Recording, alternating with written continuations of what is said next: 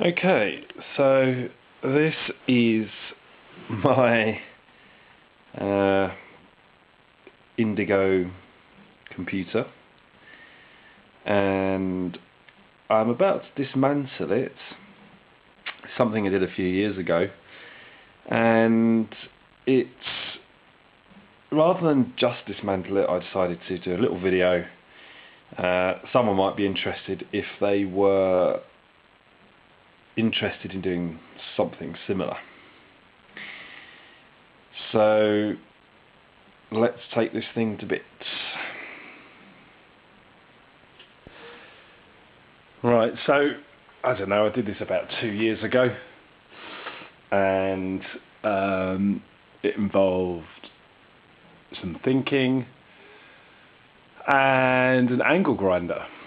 So from the outside it looks like a standard Indigo 2 Silicon Graphics Extreme computer, which I picked up on eBay some time ago. I just like the look of the case. I just saw it. The guy wanted £300 for it. I sent him a message saying, no way, I'll give you 50, and he took it, amazingly. I opened up the computer and found a whole load of custom hardware in there, which was of no use to me. I'm going to break a few people's hearts by saying I binned a lot of it and went to town. So let's see what I did with this thing. So first thing, to open this thing up, you need to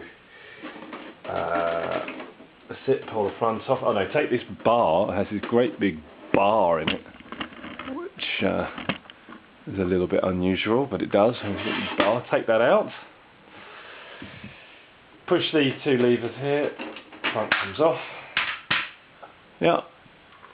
There you can already start to see some of my mods. Push these two down, I can't remember. Up. Pull those two up.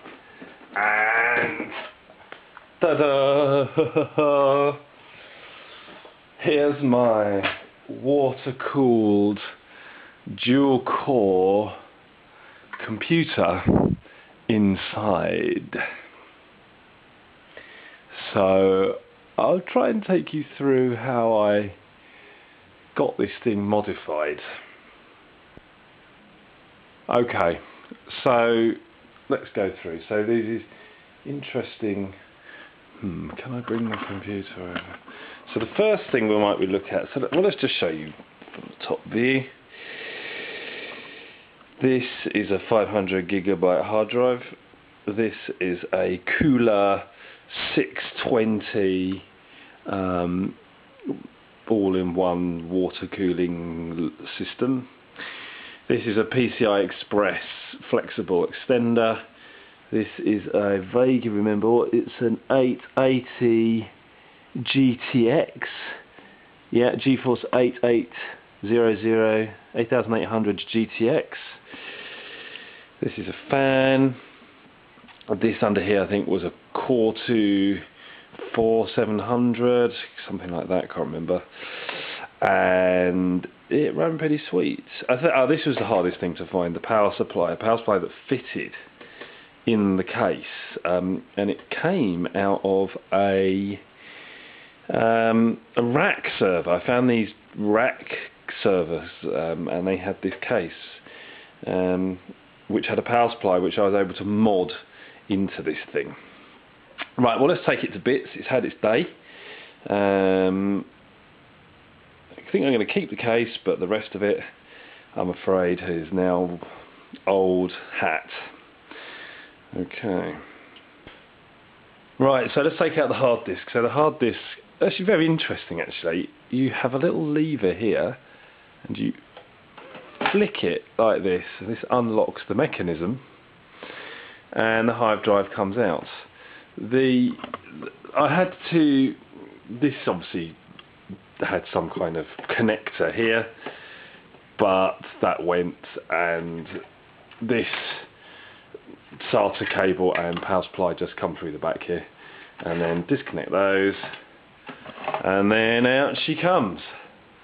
I vaguely remember I had to modify this, put a drill hole here and here and here and here. Clearly didn't use the screws, and these hold in the hard drive, which there's actually room for another one here if you wanted to put in 2 drives, but I never had the sled to do it. So that's how the hard drive was held in. Right, next up, let's take out the graphics card. I have to say there's a lot of room in this case, much more than you'd think. And you could fit this massive graphics card in it, and you've still got room to spare. You've even got a bit of space here. Now this is very good. This clicks down, lovely air vents here on the side, which fantastic airflow underneath that beast of a graphics card, which I vaguely remember using absolutely tons of energy, hugely inefficient, old style graphics card. 2 6-pin power connectors, which I had to buy little extensions because the power supply was a old server power supply, only had Molex connectors. Let's take this thing out. 2 screws, 1, 2, oh God, I really put that in well. Unscrew those 2 screws, and oh, little notch here. What's this? Oh, there we go. There we go. That ridiculous thing comes out, and I don't think anyone will be interested in having that card, so that's going to recycling. And you start to get to see some of the inner workings of this thing. If I had toyed with, you could have got a PCI Express, and not this is a PCI Express extender. You can get PCI ones as well. You could have had a PCI card fitted underneath. And this big golden thing here is a fan speed controller. Here you've got these knobs that were I could mess around with to get the nice and quiet, controlled the power supply, which I took to bits and connected to the fan on this, and a little fan here, which I'll show you in a little bit. Okay. Right, moving on. Let's take out this thing. Now this took a fair amount of modification, and I'll try and remember what I did. This is obviously connected to the fan speed controller, so let's disconnect that. And there are a couple of screws here and here, and these were also connected to a kind of sled thing, which was, I had an angle grinder. I'm not going to recommend anyone uses an angle grinder. They're dangerous things, but it slides backwards slightly and then it lifts out like this. And you can see how this works. There's a cable tie which tightens it up. It came through here just past the RAM, slipped underneath through the gap, and the power. Now I didn't expect this to work very well actually, because the air was being pulled through the top, out the bottom, down to here. But actually, if the case was turned this way, up, so it was up on its side, the air, this fan, I kept it very cool. The air was, it was dragging air underneath and out, and this got very hot. So the air coming out of here would be extremely hot, and the temperature were pretty good. I've never ever had a problem with overheating, and it was quiet. I was able to have the fan down pretty much on minimum settings, and I used to play games and all kinds of stuff, and I never had a problem with it.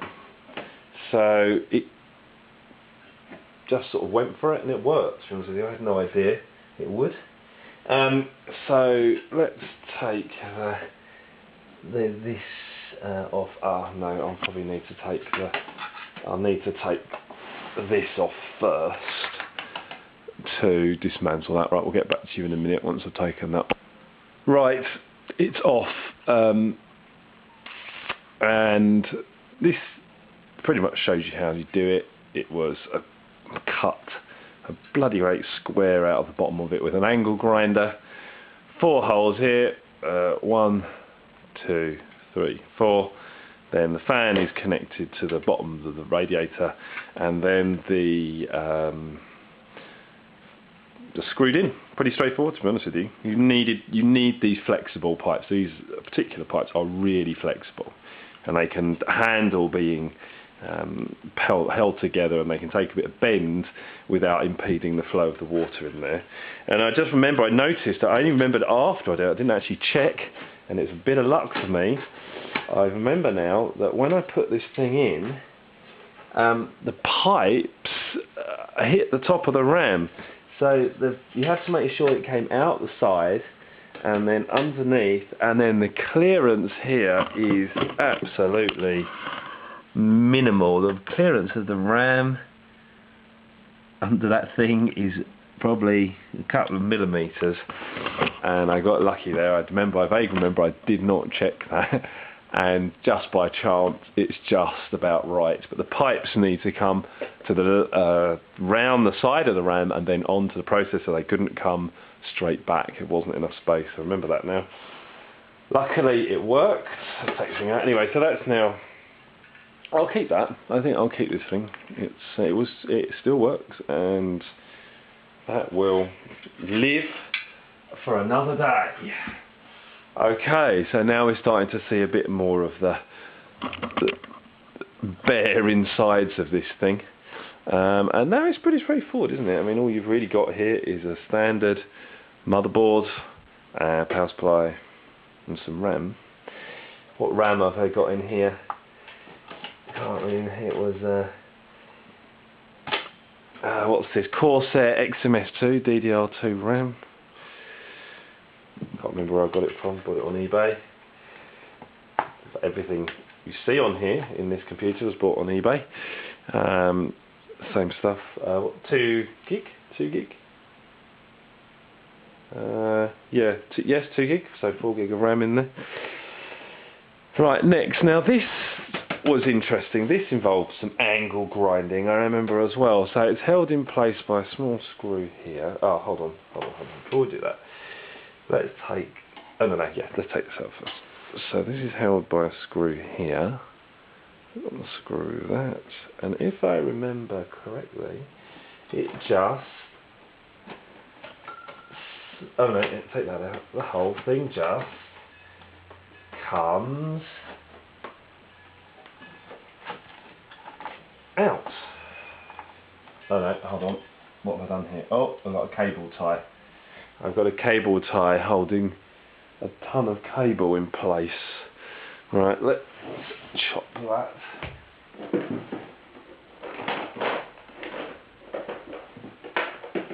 Oh, sorry about that. I have to go and get pliers out of my toolbox. Right. Try not to destroy the cables in the process. Yep, there we go. No damage. And this whole thing. Here we go. Let's see what. God, alright, it's fine. Whole thing. Oh God. Oh, hold on. Taped that. Oh dear. Alright, hold on. I'll be back. Right, we're back, having removed various cable ties and things, and there we go. So this bit is now that basically separates the two case in half. I cut a great big chunk out of this. It actually came straight across. And I can't remember I did it, and I think I vaguely remember that was a mistake, because you could have left space here and had another one of these attached, because this kind of steadies this connector here for the PCI, which I've done with a bit of wood.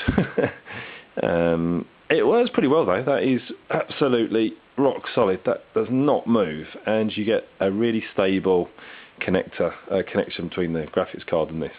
You have to wear it disconnecting. And then this end is I put the fan and it's connected at a slight angle, and clearly it didn't quite standard fit, but once again this is pretty rigid and there's no movement on that. And it basically vents the air, it vented the air out here, out this vent here, and that worked pretty well. And that was actually a red fan. It's got a red LED in it, and it kind of glowed against the purple, a kind of deep red. Looked pretty cool. So that's finished with as well. Nearly there now, aren't we? Standard connectors on the motherboard, bang, bang, a mass of cables, which I have all tied up and tied together with various cable tidies. Take that out. Oh God. I didn't mess around with my cable management, did I? It's pretty. Oh no, that's actually also in a cable tie. That's the LED, power LED. That's the fan speed controller. So that's now disconnected, and that's it. So let's take the power supply out. So the power supply, rather handily. Now, how did I do this?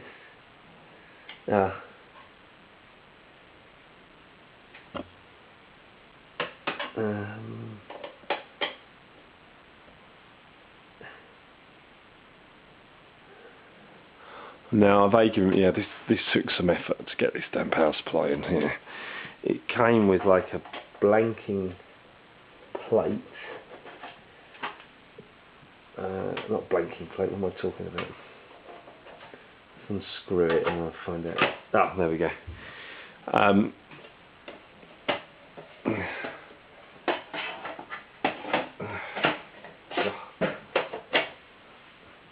I wasn't messing around when I built this thing. So let's cut that. Okay, there we go. So there's the power supply, which is for those who are interested, an iStar computer model TC3U40 400 watt switching power supply, which ran that computer and that GTX absolutely fine. It required using a whole load of Molex cables to power the thing. Ended up using 3 of my Molexes, but I could have had 4. I had another one there. One to the motherboard, and we had 2 power connectors, 2 SATA, and it maybe had been absolutely running at the maximum of its capacity, but it worked. And then I can just show you the back. Now the back also required some modification, and as you can see, what I did was, did I cut here? Not masses, this is pretty clean, and this plate is screwed on to the hole. This involved making some modifications here and here, and then this just was totally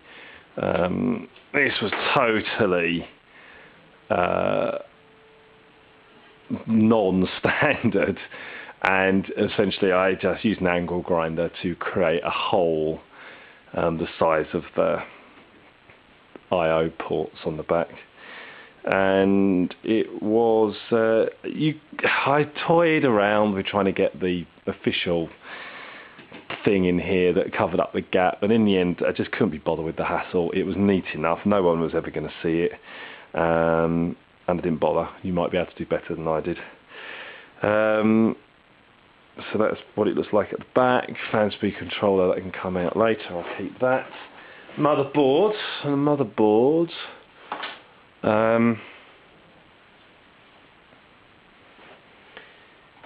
motherboard is just, if I vaguely remember, there's a metal like, I'll show you quickly.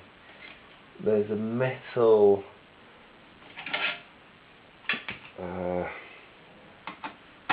plate underneath this thing, and I vaguely remember what I did was I screwed the plate in first, and then the motherboard was held in place over the top, and if I remember correctly, probably breaking every rule in the book and probably breaking some fire regulations as well, I put underneath.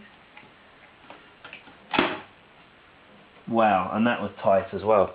There were some couple of capacitors here. The capacitors here were, and I've put under here, I've put insulating electrical tape here, and they were right up on that. They were right up on that. So you need to bear that in mind, that there is minimal space under that motherboard. And I vaguely remember to stop the motherboard sitting directly on top of the metal. There's a big bit of cardboard under there, you gotta love it. And that worked for 3 or 4 years, and it never burnt the house down, so it can be done. And then this was the other point I remember I needed to show everyone. There's a big square missing out of that, and there's a big square missing out of this to accommodate that on the back of the motherboard here. That thing wouldn't fit without that hole being made to accommodate it. And then this is just held in by a screw here, and these two screws are basically out of the way of the holes that mount the motherboard here and here. And I had intended to put those little things that raise up motherboard, but this was the issue. For anyone wanting to do a similar project, here is your problem. There's minimal space under here. Done. One empty case, gutted, finished, and you've been a good computer to me. We ran hot, but not hot. It was not the computer was hot. That graphics card was the thing that was hot, but stable for years until today. And now the components will be either recycled or given away. Someone will make use of them. And the case, it's pretty standard. I'm going to put something else in here, something pretty damn fast and pretty damn powerful. And we'll show you that at a later date. And also armed with the knowledge about these little bits of space here, the clearance of the RAM. You could even put a much smaller motherboard in this, couldn't you? Which would give you a bit more space. Great, I hope that's useful to someone. Thanks a lot.